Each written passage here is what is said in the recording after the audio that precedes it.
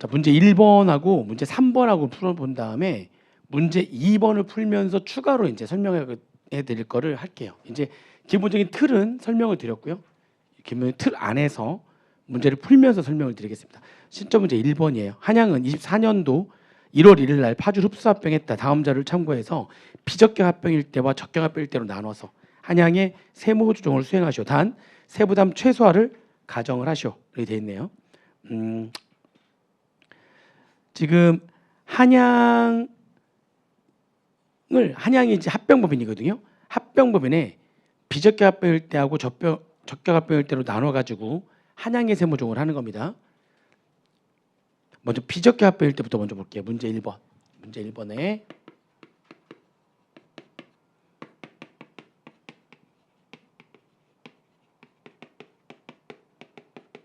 비적격 합병일 때 먼저 제일 먼저 해야 될 게 뭐냐면은 합병 당시의 세무조정이에요. 합병 당시 세무조정. 1월 1일 날 합병 당시에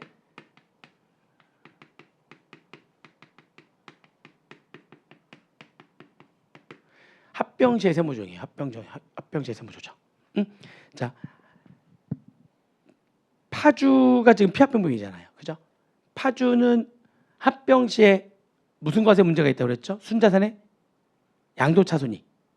순자산 양도차손이. 그러면 파주의 순자산의 양도 차익은 얼마일 거예요? 비적격 합병일 때. 그거는 이제 번외로 파주의 순자산의 양도차 손익. 뭐에서 뭐를 빼면 된다고 그랬죠? 순자산의 양도가액에서 순자산의 장부가액. 여기서 말하는 순자산의 장부가액은 당연히 세법상 장부가액을 말하는 겁니다. 그러니까 북상 장부가액에다가 순자산의 북상 장부가액에다가 유보잔액 있으면 더하고 마이너스 유보잔액 있으면 빼면 되는 거죠. 그게 세법상의 순자산의 장부가액이죠. 그렇죠? 거기 보니까 있죠. 건물이 지금 2억으로 돼 있는데 그 건물에 대한 상각부인액이 얼마가 있다고요? 2천만 원 있다. 그러면은 북상의 건물 금액은 2억이지만 택상 건물 금액은 2억 2천이니까. 해보세요. 그리고 얼마 줬어요 지금? 아니 지금 번외로 지금 피합병법 주식회사 파주에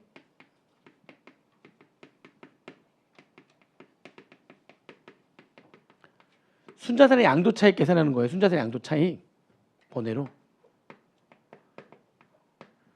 순자산 양도차익은 순자산의 양도가액에서 순자산의 장부가액을 빼면 된다니까요. 순자산 양도가액은 얼마예요? 주식으로 줬으면 시가로 평가하면 되는 거거든요. 그죠? 순자산 양도가액은 밑에 보니까 한양은 2번에 가로 2번 파주의 주식 한 주당 0.5주의 주식 그러면 총 몇 주가 발행됐는지 알면 되잖아. 1번에 가로 2번 보니까 파주의 주식의 액면가액은 주당 5,000원이고 몇 주가 발행됐다고요? 2만 주. 그러니까 거기 합병 직전에 파주의 자본금이 1억으로 돼 있는 거죠. 자본금이 5,000원짜리 2만 주가 발행됐으니까 자본금이 1억. 2만 주. 근데 파주 주식 한 주당 몇 주의 주식을 교부했다고요? 0.5주의 주식. 그러면 만 주가 교부된 거죠? 총 2만 주였으니까 만 주 교부가 됐는데 한 주당 시가가 얼마라고요? 2만 5천 원. 그렇죠. 그러면 순자산 양도가액은 만 주를 줬는데 한 주당 시가가 얼마니까? 2만 5천 원이니까 2억 5천만 원이 내가 지금 순자산 양도가액이 되는 거죠. 2억 5천만 원을 준 거죠. 그래서 뭐를 빼면 되는 거죠? 순자산의 장부가액. 자, 북상 장부가액은 어렵지 않죠. 북상 장부가액은 자산은 지금 3억 5천, 부채가 1억 3천이니까 북상의 순자산의 장부가액은 3억 5천에서 1억 3천 뺀 거 얼마? 2억 2천. 근데 우리가 말하는 순자산의 장부가액은 택상 장부가액을 말하는 거니까. 그죠? 여기다 얼마를 더해요? 유보잔액 있었잖아. 유보잔액 얼마? 2천. 파주의 순자산의 양도차 손익은 얼마 되는 거예요? 이거 2억 5천에서 2억 4천 빼는 거니까 플러스 1,000만 원. 순자산의 양도차익이네요. 양도차익 1,000만 원. 1,000만 원만큼이 누구한테 과세가 되는 거예요? 주식회사 파주 쪽에 순자산의 양도차익으로 해가지고 마지막 사업연도에 입금으로 해서 과세가 되는 거죠. 자, 이제 합병 시에서 문제. 이게 이제 누구 입장에서 보는 거고요. 이제 한양 주식회사 한양 입장에서 합병 시의 세무조정. 파주는 이렇게 해가지고 이게 마지막 사업연도에 각사소금액이 포함돼가지고 각사소득에 대한 법세로 과세가 되는 거고요. 파주는 그죠? 자, 한양은요. 한양은 합병 시 어떤 세무조정을 하는 거예요? 장부상회계처에 나와 있잖아요. 합병 시에 건물 2억, 토지 2억, 부채 1억 3천에 자본금 주발주 쭉 나와 있죠? 그죠? 자, 볼게요. 그러면 장부상 회의 처리 나와 있으니까 세법상 회의 처리. 세법상 회의 처리합니다. 비적계합병이잖아요. 비적계합병은 그대로 자산 시가로 승계를 그대로 취득을 하면 됩니다. 거기 있는 게 다 뭐냐면 2번의 가로 1번 보니까 한양은 파주의 자산과 부채를 시가로 양도받았으며 회계 처리는 다음과 같다. 거기 분계에 있는 그 숫자들이 시가라는 얘기죠. 건물은 시가가 얼마고요? 건물 시가 2억. 토지는 시가가 얼마고요? 토지도 시가가 2억. 부채는 시가가 얼마냐면 1억 3천. 여기서 주식을 발행했는데 주식을 몇 주를 발행했다고요? 대가로. 주식 준 거 주식 시가로 그냥 그대로 적는 거예요. 주식 시가 얼마 주셨어요? 지금 얼마 차까? 2억 5천. 만 주인데 한 주당 액면가액이 얼마? 5천 원이니까 자본금 5천만 원. 그리고 주발초는 총 얼마치 줬으니까 지금 시가가 2억 5천이니까 주발초 얼마? 2억. 이해되세요? 그러면 순자산 시가 얼마짜리인데 순자산 시가가 4억에서 이러는 건 2억 7천인데 얼마 줬어요? 그죠? 주식 2억 5천 원 줬죠. 그죠? 그러면은 내가 지금 돈을 2억 7천짜리인데 2억 5천 줬으니까 2천만 원만큼 지금 이익이 생긴 거네. 돈을 덜 줬잖아요. 그죠? 이익이 생긴 거죠. 걔를 뭐라고 한다고 그랬죠? 합병매수차? 이익이라고 아니 그러니까 이거 아까 현금으로 얘기한 거를 주식으로 얼마를 준 거야 지금 2억 5천 준 거. 현금으로 2억 5천을 주든 주식으로 2억 5천을 주든 2억 5천어치를 줬잖아요. 순자산 시가는 얼마인데 2억 7천인데 2억 5천을 줬으니까 2천만 원만큼 이익이 생겼잖아요. 이걸 뭐라고 한다고 그랬어요? 세법에서는 합병매수차 이익이라고 한다고 그랬죠. 근데 합병매수차익은 당장 입금으로 하지 않는다니까요. 5년 동안 균등분할해가지고 입금을 한다니까요. 세법은. 그러니까 여기 오른쪽에 일단 2천만 원을 입금으로 하지 않고요. 5년 동안 균등분할 입금할 거니까 임시 계정으로 잡아요. 오른쪽에 임시 계정 잡는 거니까 임시 부채로 잡아요. 그렇죠. 그래서 12월 31일 날 1년 지났잖아요. 1년 지나면 이거 임시 부채 없어지면서 5분의 1만큼 입금이 되는 거죠. 5분의 1만큼씩 입금이 되는 거다. 자, 합병 시에 여기서 바로 세무조기 뜨는 거죠. 여기서 세무조기 뜨는 겁니다. 장부상 회계 처리 보니까 똑같죠. 장부상 회계 처리 똑같이 뭘로 해놨어요? 지금 다 시가로 취득했죠. 시가 주식 액면가에 5천만 원짜리 시가 2억 5천만 원짜리니까 주발초 2억 똑같죠. 자, 오른쪽에 얘를 회계학에서는 그거를 영가매수 차익이라고 해서 수익으로 하는데 세법은 그거를 당장 입금이 아니라 5년 동안 균등분할해가지고 입금을 하는 거라서 2천만 원이 임시부채가 된 거예요. 이거 세무종 뜨는 거네요. 임시부채. 그래서 장부에는 수익으로 됐는데 세법은 임시부채 잡는 거니까 입금 불산입. 자, 이거를 적을 때는 임시부채라고 하지 마시고요. 합병매수차익 때문에 이게 임시부채이기 때문에 차이가 발생한 거죠. 이거 이제 근거 적는 거니까 단위는 100만 원 적었고요. 답은 2천만 원 적어야 되겠죠. 2천만 원. 임시부채 차이니까 임시부채 성격이니까 유보 아니면 마이너스 유보인데 차감존이니까 마이너스 유보 이렇게 하면 돼요. 마이너스 유보 이렇게 하면 됩니다.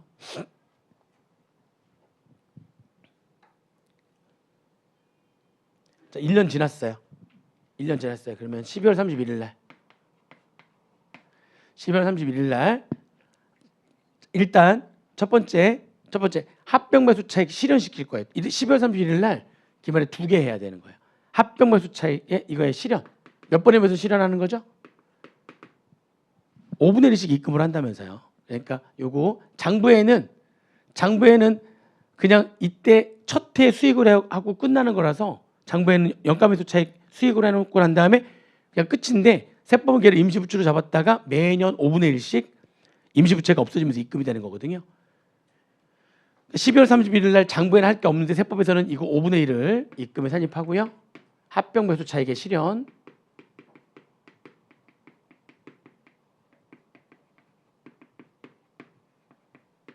그렇죠? 5분의 1씩 실현시키면 되죠. 2천만 원에 5분의 1 하니까 얼마? 400만 원만큼을 입금 산입하고요. 이렇게 실현하면 됩니다. 유보 이렇게 하시면 되죠. 매년. 그 다음에 12월 30일 하나 더 해야 되죠. 12월 31일 날 건물을 취득했잖아요. 건물에 대해서 감가상각비를 계상했대요. 감가상각비에 대한 내용이 있어요. 그래서 감가상각을 해야 되는데 양도 2번에 가로 3번 양도받은 건물은 파주가 12년 동안 사용했고 한양의 건물에 대한 기준 내용수는 20년이며 장부에 감가상각비를 계상하지 않았대요. 그러면 아무튼 감가상각 시분 계산을 해야 되는데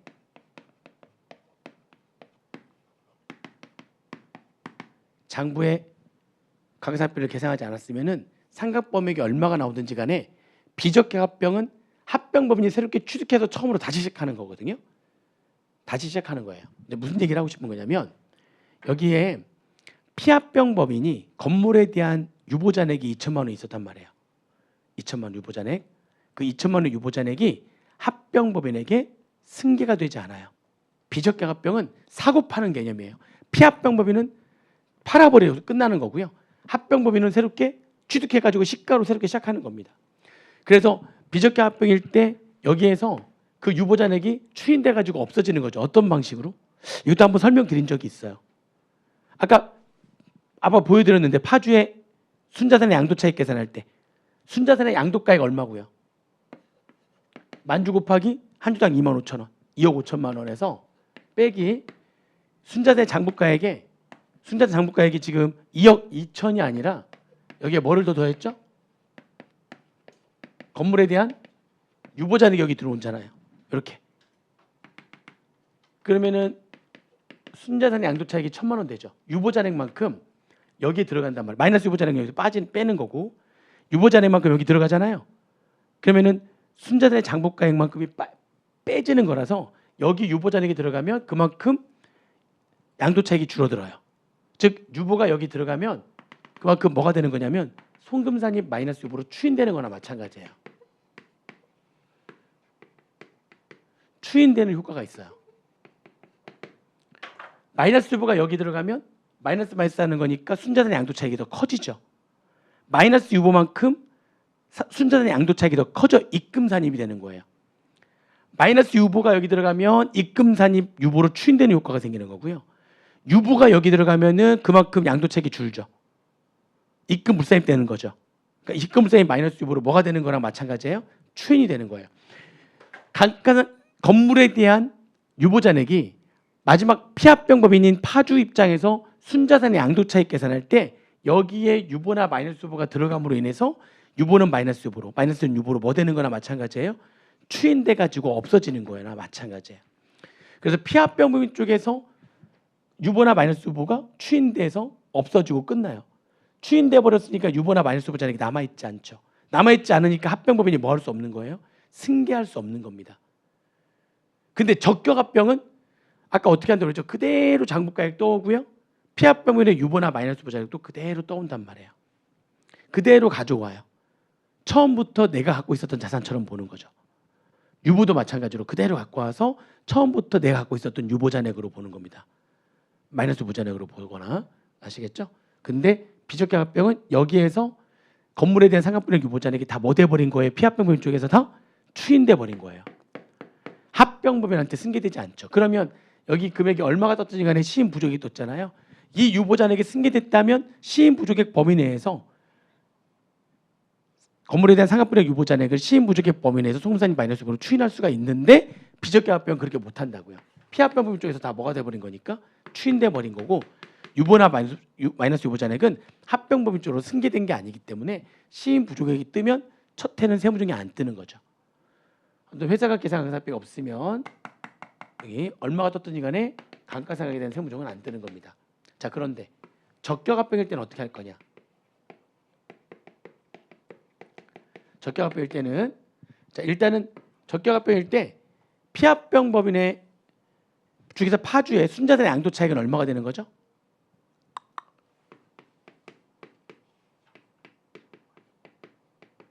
중에서 파주의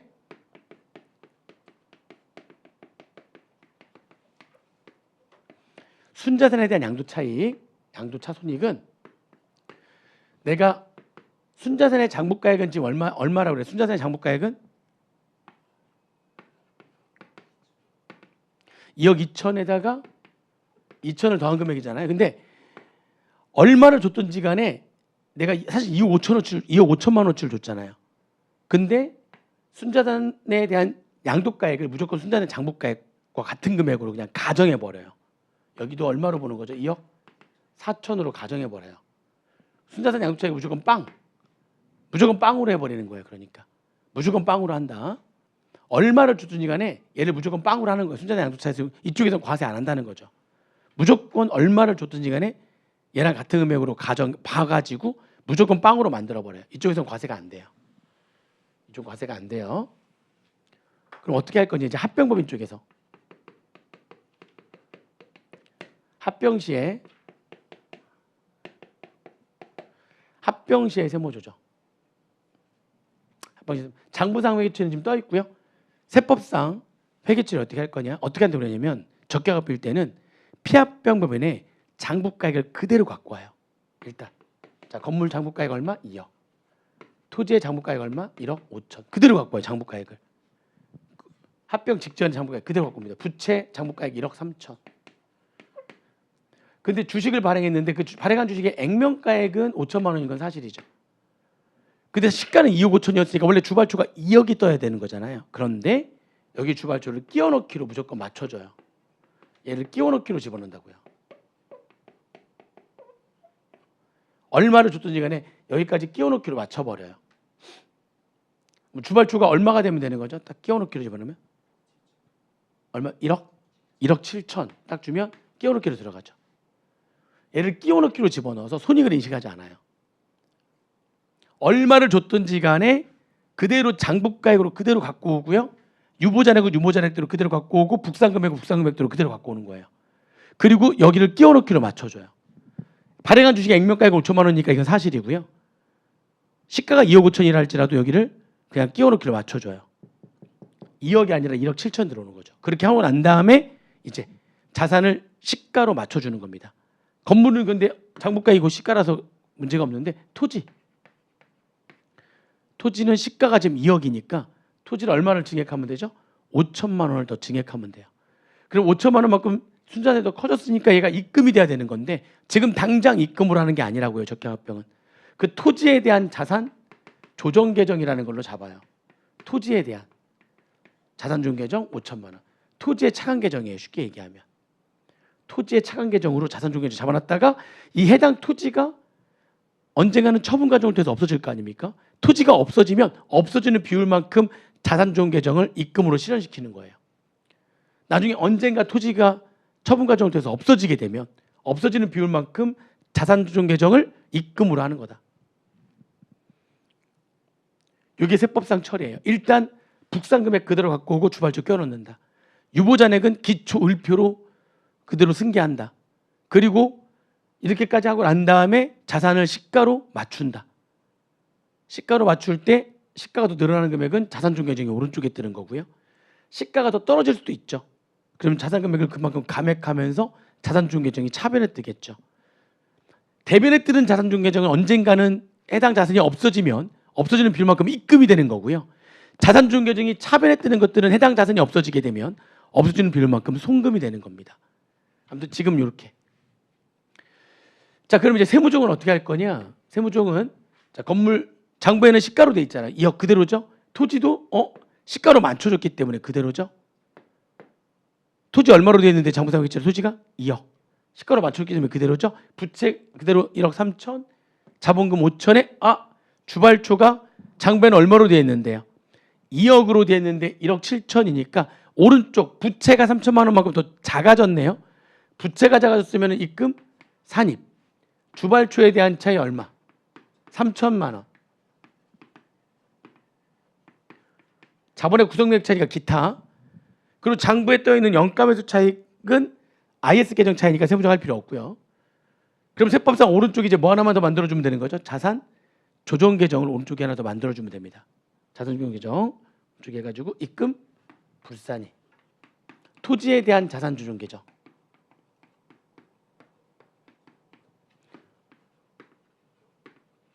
(5천만 원) 마이너스 유보.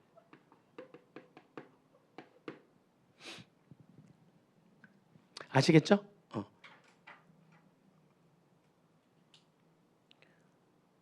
합병시 세무조정 이렇게 하면 되죠. 그러면 기말 12월 31일 날 세무조정은 이거는 토지에 대한 자산종교정이니까 토지는 감가상각 안 하잖아요. 12월 31일까지 해당 토지가 만약에 처분돼서 없어졌다면 토지의 처분 비율만큼 자산종교정을 입금으로 실현시키면 되는데 토지를 처분했단 말이 없어요. 그럼 12월 31일에 뭐 하냐 이제 자산종교정은 실현시킬 게 없고요. 12월 31일 날 감가상각 시부인 계산하는 거죠. 12월 31일 날 감가상각. 얘는 이제 해야 되는 게 회사 계산 감가상각비는 없잖아요, 지금 그죠? 그런데 상각범위액을 계산해가지고 여기 시인 부족이 뜰 거 아닙니까? 적격합병은 피합병법인의 건물에 대한 모두 승계를 한 거기 때문에 유보나 마이너스분을 그대로 승계한 거기 때문에 만약 시인 부족액이 떠버리면 건물에 대한 상각분의 유보자리를 그대로 승계했으니까 처음부터 이쪽 합병법인 쪽에서 발생한 상각분의 유보잔액이라고 보는 거예요. 시인 부족액 범위 내에서 상각분의 유보잔액을 소금사님 마이너스 유보로 추인하면 됩니다. 뭐만 계산할 줄 아시면 되죠. 그러니까 적격합병일 때 상각 범위액만 계산할 줄 하면 되는데 요거 주의하셔야 돼요. 자, 비적격합병일 때 지금 회사 계산 가산비가 없으니까 그런데 있을 수도 있잖아요. 사실 비적격합병일 때도 상각 범위액 계산을 해야 되는 거죠. 비적격합병일 때 상각 범위액 계산하는데 건물이니까 무슨 법? 정액법. 자, 정액법은 뭘 알아야 되는 거죠? 정액법은 세법상 취득가액을 알아야 되는 거죠. 근데 비적격합병은 새롭게 시작하는 거라면서요. 그럼 새롭게 시작하게 되면 세법상 취득가액은 얼마가 되는 거죠? 시가. 시가. 자, 건물에 대한 시가가 얼마예요? 이 시가 얼마였었어요? 2억이었잖아. 2억.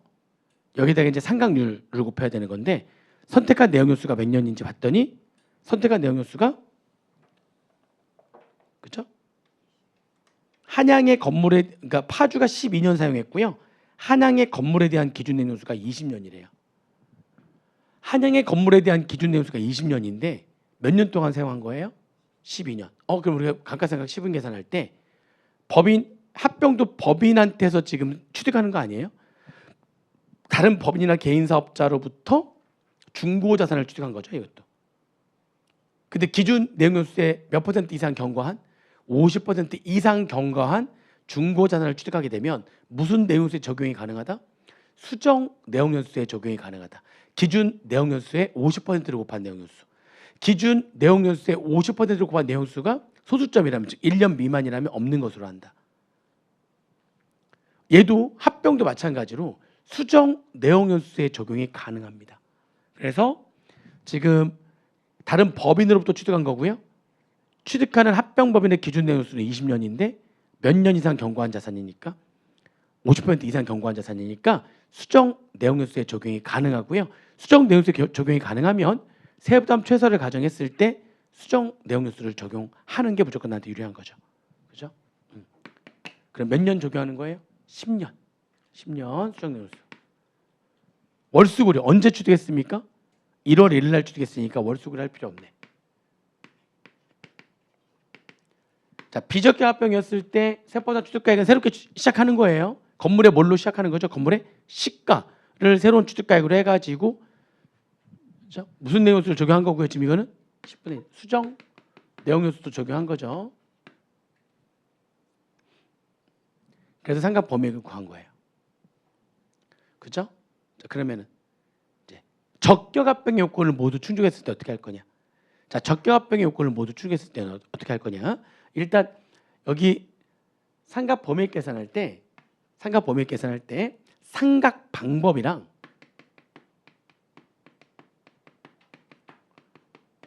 내용 요소를 상각 방법이나 내용 요소를 누구의 상각 방법과 내용 요소를 할 거냐는 걸 선택할 수 있겠어요. 이거를 상각 방법과 내용 요소를 합병법인의 상각 방법과 합병법인이 신고한 내용 요소를 할 거냐 아니면 피합병법인이 그동안 상각했던 방법과 피합병법인이 그동안 신고해서 적용했던 내용 요소를 걔를 그대로 적용할 거냐 걔를 선택할 수 있겠다고요. 합병법인의 상각 방법과 내용 요소를 할 거냐 아니면 피합병법인의 상각 방법과 내용 요소를 할 거냐. 감가상각 시분 계산하려면은 상각 방법과 내용 요소를 알아야 되는 건데 그때 합병법인의 상각방법과 내용연수를 할 거냐, 피합병법인의 상각방법과 내용연수를 할 거냐. 둘 중에 뭐 하게 돼 있다고요? 선택할 수 있게 해놨어요. 선택할 수 있게 했습니다. 그런데 어떤 합병법인 거든 피합병법인 거든 선택을 했어. 선택을 했더니 그게 상각방법이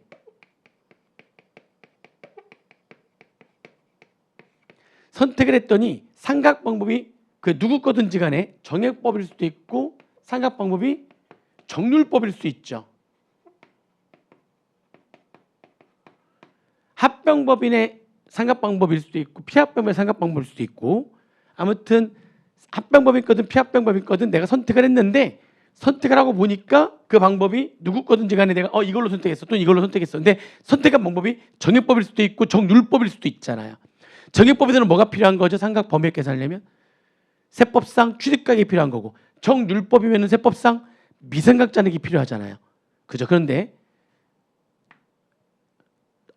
누구의 상각방법이든지 따지지 않고 그게 합병법인 거였든 피합병법인 거였든 정액법으로 하기로 했다면 거기에 필요한 세법상 취득가액은 무조건 피합병법인의 세법상 취득가액으로 하는 거예요. 무조건. 합병법인의 상각방법이었다 할지라도 상각방법은 합병법인의 상각방법으로 하기로 했는데 그때 사용되는 취득가액은 정액법이었을 때 취득가액은 무조건 피합병법인의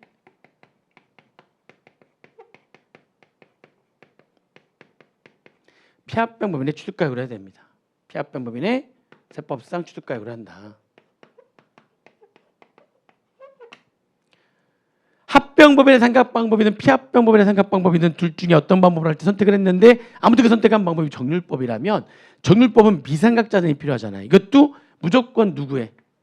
피합병법인의 미상각자산으로 하는 것이다. 세법상 미상각잔액으로 하는 것이다.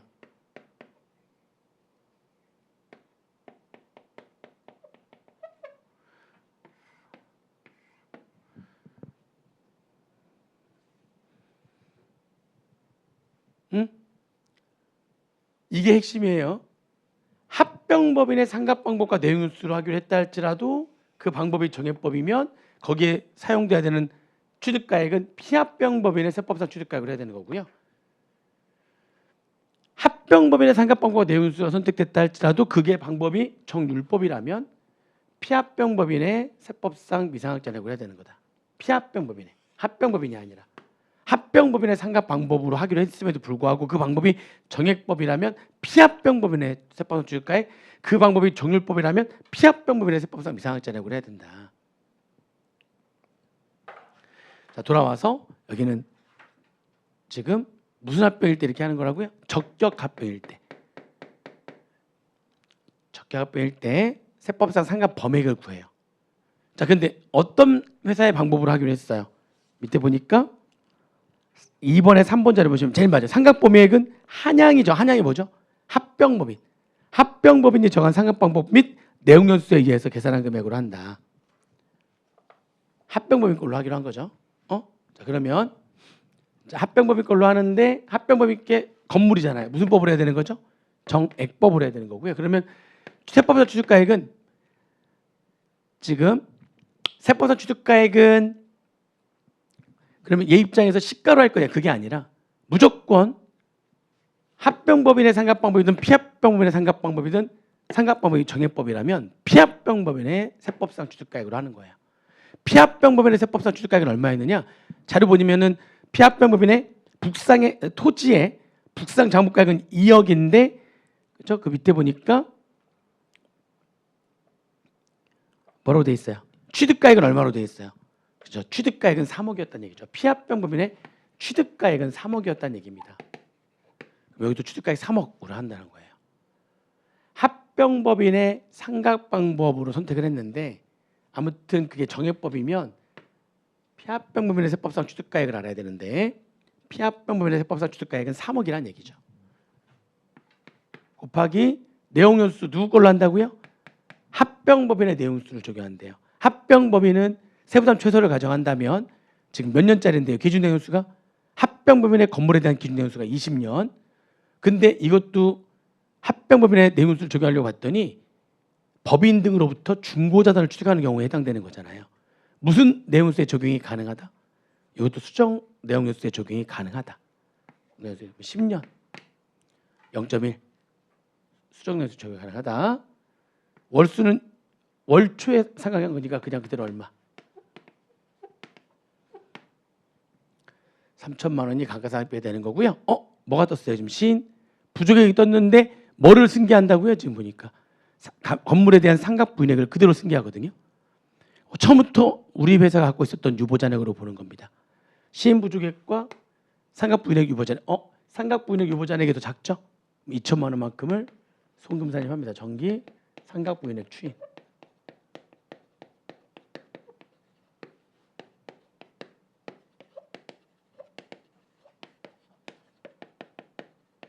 이렇게 적격합병은 피합병분의 자산부채에 대한 유보나 반수부잔액이 그대로 승계되는 거기 때문에 그렇죠?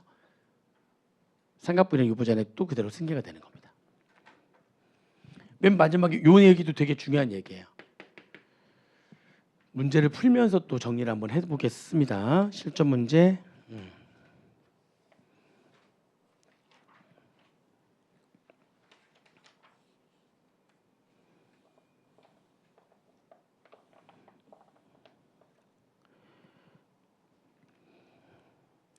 실전 문제 3번 문제.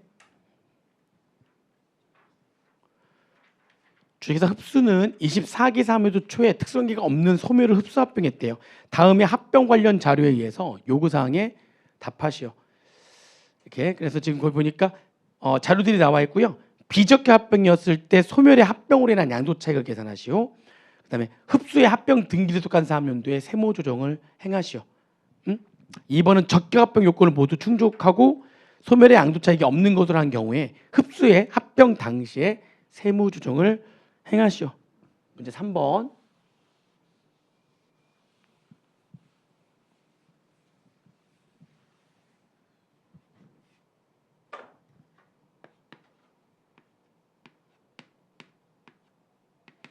자, 비적격 합병이었을 때 물어본 게 두 개예요. 주식회사 소멸의 합병으로 인한 양도 차익이 얼마냐? 소멸의 순자산 양도 차익이죠. 합병으로 인한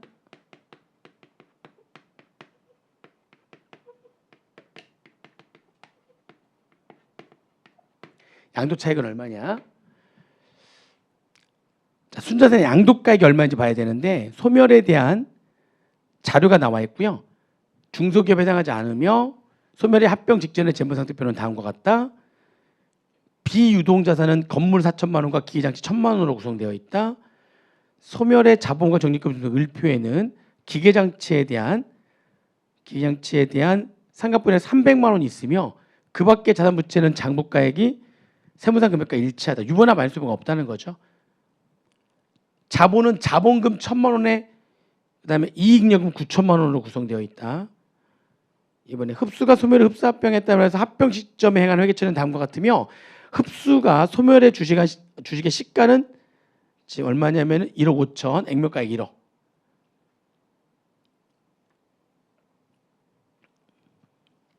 그래서 거기 회계처리가 나와 있는데 그 회계처리가 지금 합병 시의 자산부채는 공정가액으로 승계한 것이고 다 시가란 얘기죠. 거기 적혀 있는 게 저 시가. 영업 중 사업상 가치가 있어서 대가를 지급한 금액은 2,500만 원이다. 자, 일단 소멸의 합병으로 인한 양도차익 주식 얼마치 줬죠? 지금 보니까 시가로 밑에 적어놨는데 시가 얼마치 주식을 줬어요? 1억 5천만 원. 장부가액 얼마? 액면가액 얼마? 1억. 자, 시가로 얼마치 줬죠? 지금 1억 5천만 원 줬고요. 그 1억 5천만 원 순자산 시가에서 뭐 빼면 되는 거예요? 소멸의 합병으로 인한 양도차익은 순자산의 장부가액을 빼면 됩니다. 순자산의 장부가액. 자산의 장부가액이 1억 5천에서 부채 장부가액이 5천이니까 그죠? 빼면 얼마 되는 거죠? 1억 되는 거 아니에요? 여기다 유보잔액 있으면 더해주면 되죠. 또는 마이너스 보잔액 있으면 빼주면 되고요. 유보잔액이 얼마 있습니까? 유보잔액이 기계장치에 대한 상각부인액 얼마가 있죠? 300만 원의 유보잔액이 있습니다. 1억 5천에서 1억 300 뺀 금액이죠. 소멸의 순자산의 양도차익은 4,700만 원 되는 겁니다. 그죠? 30만 원. 그다음에 두 번째 물음이 그랬을 때 흡수의 합병 등기에 속한 사업연도에 세무조정을 하시오.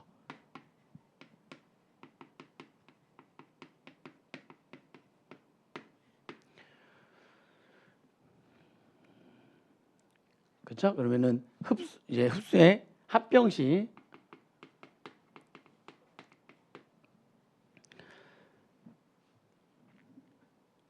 합병시 세무조정 장부상 분기에 나와 있잖아요. 세법은 어떻게 한다고 그랬어요? 비식계 합병할 때는 그대로 시가 거기 이게 다 시가잖아요. 시가로 그대로 쓴 게 유동자산 얼마? 유동자산 1억. 그렇죠? 건물 얼마? 5천. 이게 다 시가죠. 기계장치 얼마? 2천. 그렇죠? 그다음에 부채는 5천. 근데 주식을 1억 5천 5천만짜리를 발행했죠. 자본금 1억에 주발주 5천.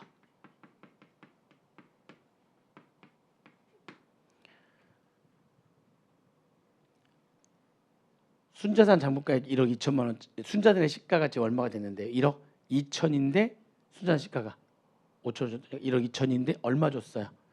1억 5천. 돈을 더 줬죠. 돈을 더 줬죠. 왜 더 줬죠? 얼마를 더 줬죠? 3천만 원 더 줬죠. 근데 거기 사업상 가치가 있어서 대가를 더 준 금액은 2,500. 그럼 나머지 500은 가치도 없는데 더 준 거죠. 가치가 있어서 더 준 거는 5년 동안 균등분할해 가지고 송금을 할 거기 때문에 임시계정 잡으면 돼요. 왼쪽에 임시자산 2,500. 그죠? 500만 원만큼은 대가도 없는데 더 준 거니까 뭐가 되는 거죠? 사회 유출이 되는 겁니다. 세법상 분기 이해되시죠?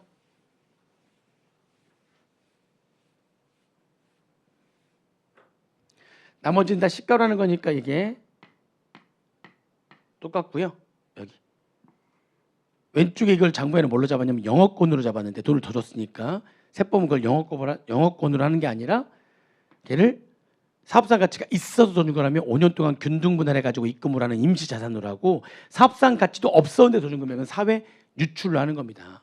장부에는 영업권이 있으니까 걔를 없애야 되겠죠. 송금산입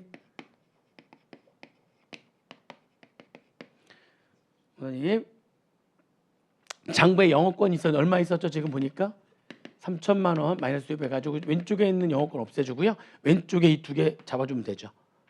그죠? 사회 유출부터 먼저 송금 불산이 가치가 없는데 더 지급한 금액 사업상 가치 없이 지급한 대가 그죠? 500만 원 교육자가 피합병 법이니까 기타 사유출 법인한테 주는 거니까 사유출 그다음에 2,500만 원만큼은 임시 자산 잡아놨다가 5분의 1씩 매년 송금이 되는 거예요. 왼쪽에 임시 자산 잡는 거니까 송금 세입하고요. 임시 자산은 합병 매수 차손이라고 잡으시면 되겠습니다.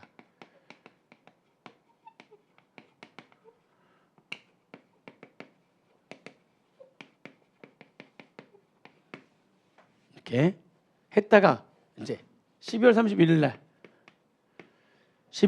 날 건물에 대해서 감가상각을 하고 싶어도 감가상각비 계산 금액과 신고한 내용수 뭐 이런 게 없어요. 내용수도 자료가 없으니까 감가상각 시분 계산할 수는 없고요. 뭘 합니까? 합병 매수차 손이 실현돼야 되는 거죠. 이제 5분의 1이 실현되는 거니까 1월 1일 날 합병했고요. 그렇죠? 24년도 초에 합병했으니까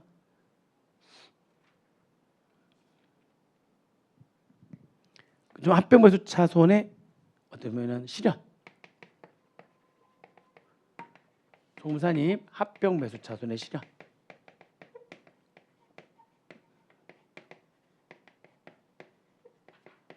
실현 금액이 500만 원 마이너스 유보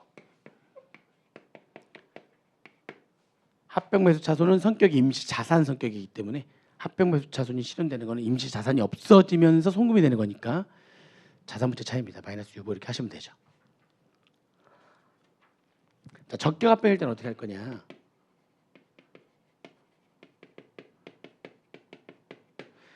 적격 합병일 때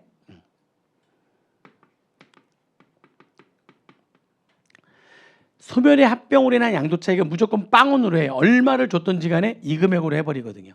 얘는 빵원이 되고요. 빵원이 되고, 그렇죠? 합병시 세무조정. 적격합병일 때 합병시 1월 1일 날 세무 중입니다. 회계처리 지금 나와 있는데 어떻게 한다고 그랬죠? 세법상 그대로 떠와요. 그대로 갖고 옵니다. 장부가액을. 유보잔액도 그대로 갖고 오고요. 유보잔액도 지금 300만 원 기계장치에 대한 유보잔액 그대로 갖고 옵니다. 유동자산 그대로 1억 갖고 오고요. 비유동자산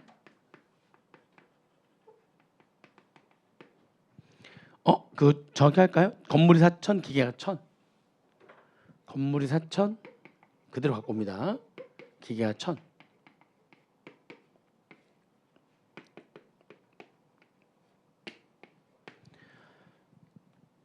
부채 5천. 그리고 자, 주식 발행했는데 자본금이 얼마? 1억. 그리고 주발초는 끼워넣는다고 그랬죠? 끼워넣을 게 없네. 딱 맞았네. 그냥 주발초 끼워넣기 할 게 없이 딱 맞았어요. 주발초 끼워넣을 게 없죠. 이렇게 하고 난 다음에 얘네들을 시가로 맞춰주면서 상대 계정을 자산 조정 계정으로 잡아줍니다. 유동자산은 시가도 그대로 1억이고요. 건물이 4천이 아니라 5천이니까 건물이 1,000만 원 증액되면 되죠. 그때 그게 이제 건물에 대한 자산 조정 계정이 되는 거고요.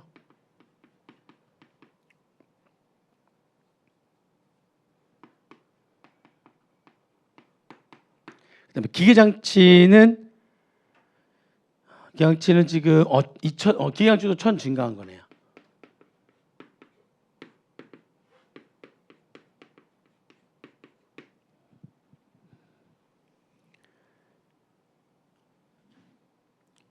그렇죠? 그대로 갖고 온 다음에 자산을 시가로 맞춰주면서 그때 뜨는 상대 계정을 자산 조정 계정으로 이렇게 잡아주시면 됩니다. 자, 이렇게 됐으면 이제 이거를 장부상 분계랑 비교하시면 돼요. 장부상 분계는 보니까 유동자산 똑같고요. 건물도 4천, 1,000가 똑같고요. 기계장치도 1,000, 2,000 똑같죠. 그렇죠? 왼쪽에 부채도 똑같고요. 자본금까지 똑같습니다. 차이가 있는 거 장부상 왼쪽에 뭐가 있는데요. 지금 영업권이 있는데 세법상은 영업권 자체가 존재하지 않습니다. 그래서 세무조정 하게 되면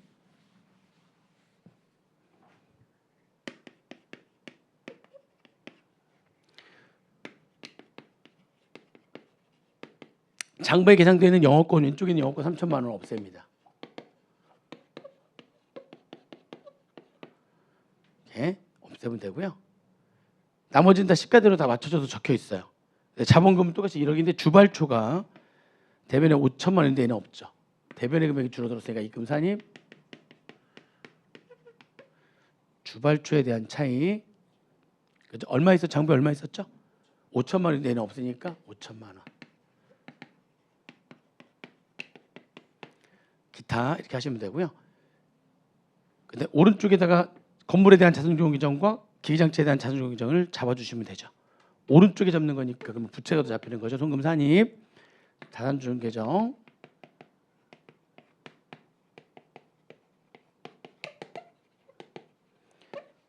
자산조정 계정은 자산의 차감 계정이기 때문에 마이너스 유보를 이렇게 하시면 됩니다. 송금 산입, 자산조정 계정, 기계장치에 대한 거.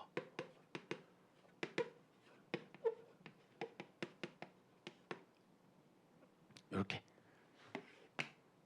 건물이라든지 기계장치에 대한 감가상각 자료가 추가로 나와 있었다면 그러면 감가상각 시분계산도 할 수 있는데 감가상각에 대한 추가적인 언급이 없었기 때문에 영업권 없애고 주발초 차이나는 거 없애고 자산교정하고 기계장치 추가로 잡아주면 되는 겁니다. 나중에 건물하고 기계장치는 감가상각 과정을 통해서 자산이 없어지게 되면 없어지는 비율만큼 자산조정 계정이 실현되면서 걔네들은 송금이 되는 거죠.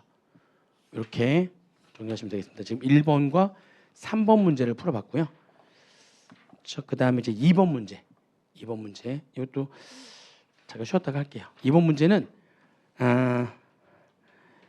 좀 더 복잡합니다. 복잡한데 기본적인 틀은 1번, 3번과 같고요. 자산이 좀 종류가 많은 것뿐이에요. 1번, 3번 같은데 2번 문제 풀고 난 다음에 그 주주한테 과세가 되는 문제들 정리하고 파업 주식에 대한 얘기도 하고 이렇게 하겠습니다. 잠깐 쉬었다가 2번 문제 들어가도록 할게요.